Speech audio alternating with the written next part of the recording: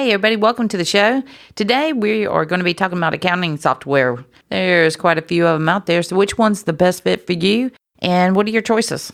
And by accounting software, you don't mean not software to do your taxes, but keeping up with the day-to-day operations of your business, your income, expenses, invoicing. Absolutely.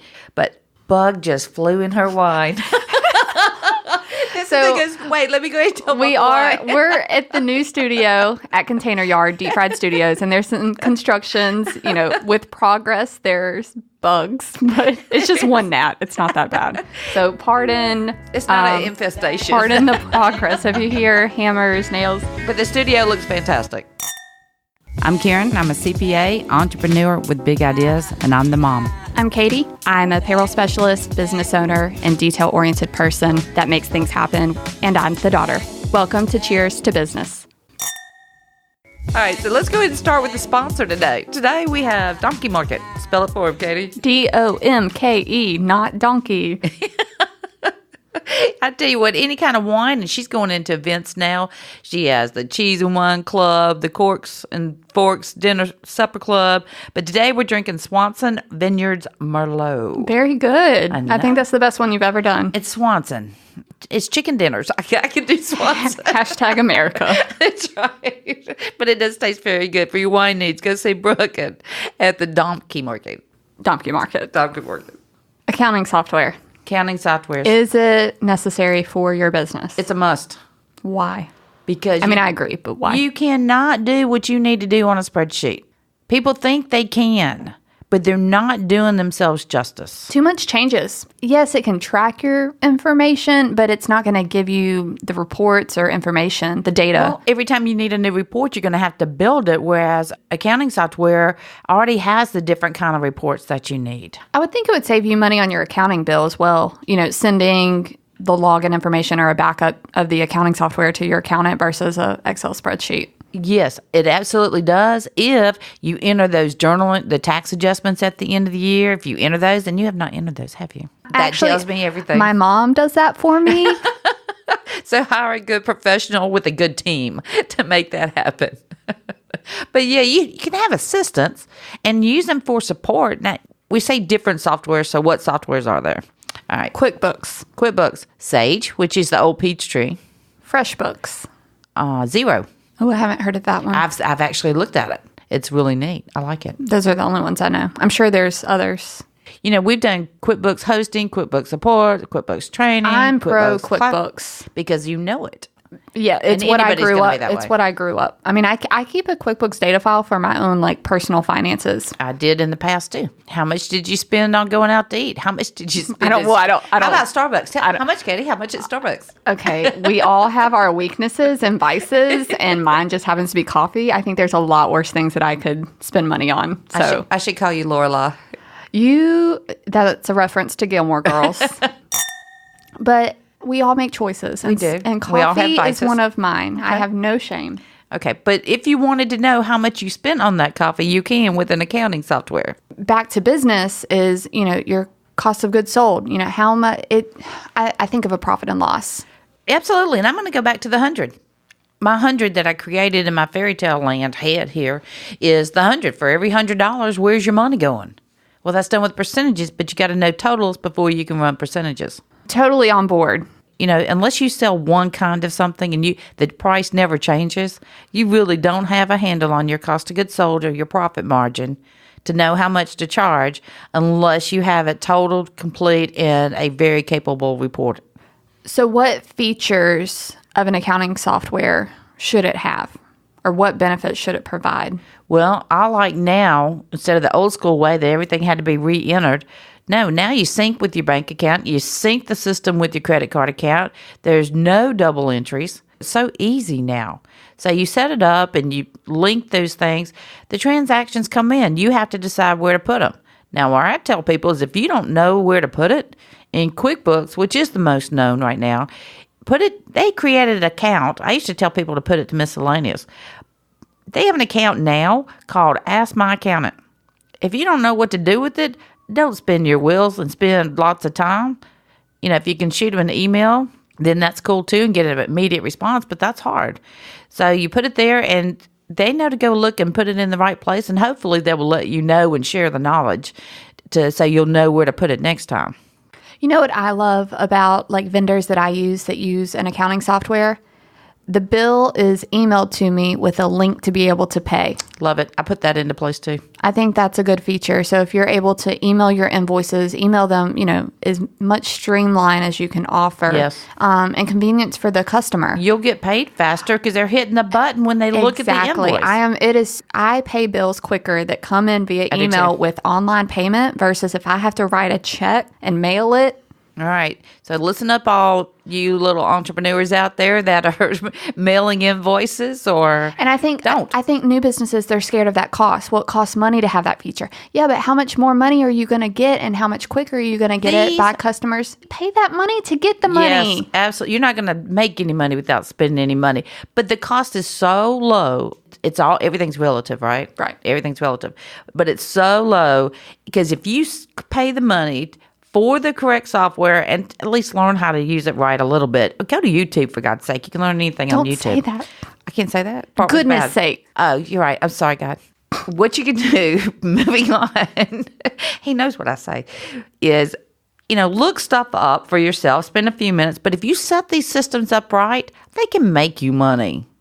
After that cost, set up reminders, I think it should say, send your invoices out, dummy. You need to get paid. Send this out. You can memorize that transactions. I memorize my rent. I memorize anything that has a monthly cost. So it will pop up in my checkbook and I tell it to hit 5 days ahead of time. So I remember to pay it. We're all too busy. If you don't have the reminders on your phone, and these systems have apps for your phone. You can get them online. You can get them desktop, which people aren't doing this quite as much. You can get it on your phone. You can sit there, check your bank account, make sure the system will reconcile your checking account. What if you're missing something? What if somebody puts a number through wrong? People transpose numbers.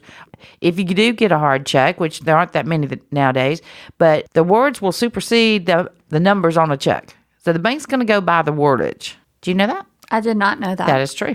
So if the words, they write the $200 less, but the numbers are correct, the bank is obligated to pay by the words. So they're going to pay you $200 less. How do you know you're getting paid the right amount? Unless you have it. Now, if you got an old school system and you got it in a binder with 3 copies and 3 different binders, which makes no sense to me at all, you go ahead and you take the time to go look up that invoice to see if it's right. But why not when it will pop up in front of you? I can't think of a business out there that should not use some kind of accounting software. And I don't care which one you use. Hey, ladies, I'm going to chime in here. Okay. I'm a sole proprietor. I'm a creative. I'm very busy at the studio. Y'all know that. Doing the books was something that made me very scared because it's not something I had a lot of knowledge for. Now, I use FreshBooks, and it was actually made for contract graphic designers and people in the creative arts. They actually made it for that. And that's out there. But there's a lot of industry specific that has accounting software, and they're all basically the same. And that's what I love was the industry specific, because there are certain things that it automatically knew, like how to do my invoices. And the thing that I really love about it, it gives me an email to say, you need to put your expenses in today. You need to do your invoices today. And it's so great to be able to do that because I didn't know that structure until it gave me my structure. And that's one of the things that I think makes this company run smooth is because I don't think twice about that because it handles all that. But a spreadsheet, I don't even know how to use a spreadsheet. Well, some people do, and it's very colorful, but it doesn't do any good later on. One more thing. What I love about FreshBooks is when I send my email with my invoice, it tells me if they viewed it or not, which is huge. That's when someone nice. tells me I didn't see your invoice, Yep. I will go, Yes, you did. You sit on a throne of lies. But I'm not trying to be sneaky, but it tells you, did they view it? Did they not view it? And when I see someone hasn't viewed it, I need to go and email them to say it's probably in your junk folder to go take a look at it. That's not their fault, but it will tell you sent, viewed, or paid. Well, some people could send it to one of their assistants and it didn't get paid and that person didn't think about it, so yours is on the way. Well, but it tells you to send a second notice, and then the third one, it turns red. All right, I'm going to turn it back on you. So does it have an option to pay on there? I don't remember. To pay with a credit card? Uh-huh. Okay, it does. And that's the one thing I want to ask you about. Some things. Oh, I should have done that. No, I don't want you to pay by credit card because the fees eat me up. That's the one thing I will say. This is a good time to ask for sponsors. This is. I would love for FreshBooks paid for anything of what we do. But seriously, the one thing I I meant for our podcast. No, so I'm talking about too. Okay. The one thing I don't like is the fees eat me up on the credit card. So if you pay me, which I love getting the money, don't get me wrong. You have an option. But if I have a $10,000 invoice I've put out and it takes that 3.25, No. boom, that's a lot of money not in my pocket. You have an option. Not with my system. Yes, you do. Okay. It depends on the credit card company, and your system can use any credit card company. Well, it uses authorized.net is the All right, but there's other options. And a lot of restaurants are doing. We went to eat at a restaurant, Old Bar and Grill on a lake or river over in Baldwin County. And they have a sign up that says you're eating at a discount if you pay us cash. No. Your bill is technically 3% higher if you use a credit card. Right, and that's the thing. I have to add that charge to it. It's just me getting that whole thing. I have a hard time still asking for what I'm actually owed. I have to get past that. So that is hard for me to ask that 3%. Hard for me too. You know what? I'm is going to very put that difficult. for another show. Yes. Undervaluing yourself. It's hard for you too. It's awful. It's awful. terrible. It always has. Look, I'm so grateful to get paid in general, and I love what I do, and I want everybody to be very happy. And I know that 3% is not a big deal, but that It might is be a big deal. this really simple thing that somebody goes, well, they charge me to run my damn money, and blah blah. And that might lead some domino effect where they don't come back and use my services. Everybody anymore. has that thought, and the people that have put it in place have seen no difference because people don't want to use cash. You're right. All right, It's a whole so nother I'm writing podcast. down. Well, Back up. again, Thank you, Cadie. I have the music playing behind me, which is not good for the podcast. So I'm going to get y'all back to accounting software. I just wanted to add a couple things that you need to think about. The upside is what you've already talked about. So the downside, fees was one of it. Is there anything else you might want to bring up? To me, the fees are non-existent. To me, it's a cost of doing business. You shouldn't worry about them. Now, if you're going to go from regular QuickBooks to, they have a stepped up version that's like $1,400. So, people can help you get what you need. If you don't need all the bells and whistles all the time, get a payroll service so you don't have to pay for that annual payroll subscription, or, to make sure your payroll tax returns are done right. You don't necessarily need to do that part. I think the biggest thing I see in any accounting package is to remember is where you create something is where you need to go take care of it. Because I'll see people create invoices, and then when they get paid for them, they don't go pay, and I'm using quotation mark symbols here, receive payment from customer. They don't go there. They just put it in the bank, so that invoice stays outstanding on their books, so they never have a correct amount of how many people owe them, or they create accounts payable bills but never go there to pay, again quotes, to pay that bill. They just write a check out of their checkbook, so that bill never gets applied. That's the biggest thing I tell people is if you go to a certain part of that software to create something, go back there to take care of it. I think I have a point I want to make. Okay. In a previous episode, we talked about growth plans and growing your business. It's not just a job, you're growing something. Yes. In order to sit down and develop that plan of where you're going, you have to know where you're at. And where you've been. And having an accounting software gives you that data to know where you're at and where you've been. Ring that bell. That is absolutely perfect. Cheers those wine glasses. Cheers to you. Going over, accessing where you've been, where you're at. We talked about that in episode 14 about the financial reports, the P&L, profit and loss. It will give you all of that data with one click. I mean, I'm QuickBooks, so it's reports, and then it even highlights what the most popular reports are. I mean, there's so many reports that I don't need because I'm not a CPA, but I care. I think that's a good point of this whole conversation is that not everybody needs to be a CPA to have this. It's at your fingertips. You just want it set up correctly. But I think it's a good idea just to at least keep an eye on those. We talked about the invoicing, what's coming in, but it's also important to realize, what am I spending?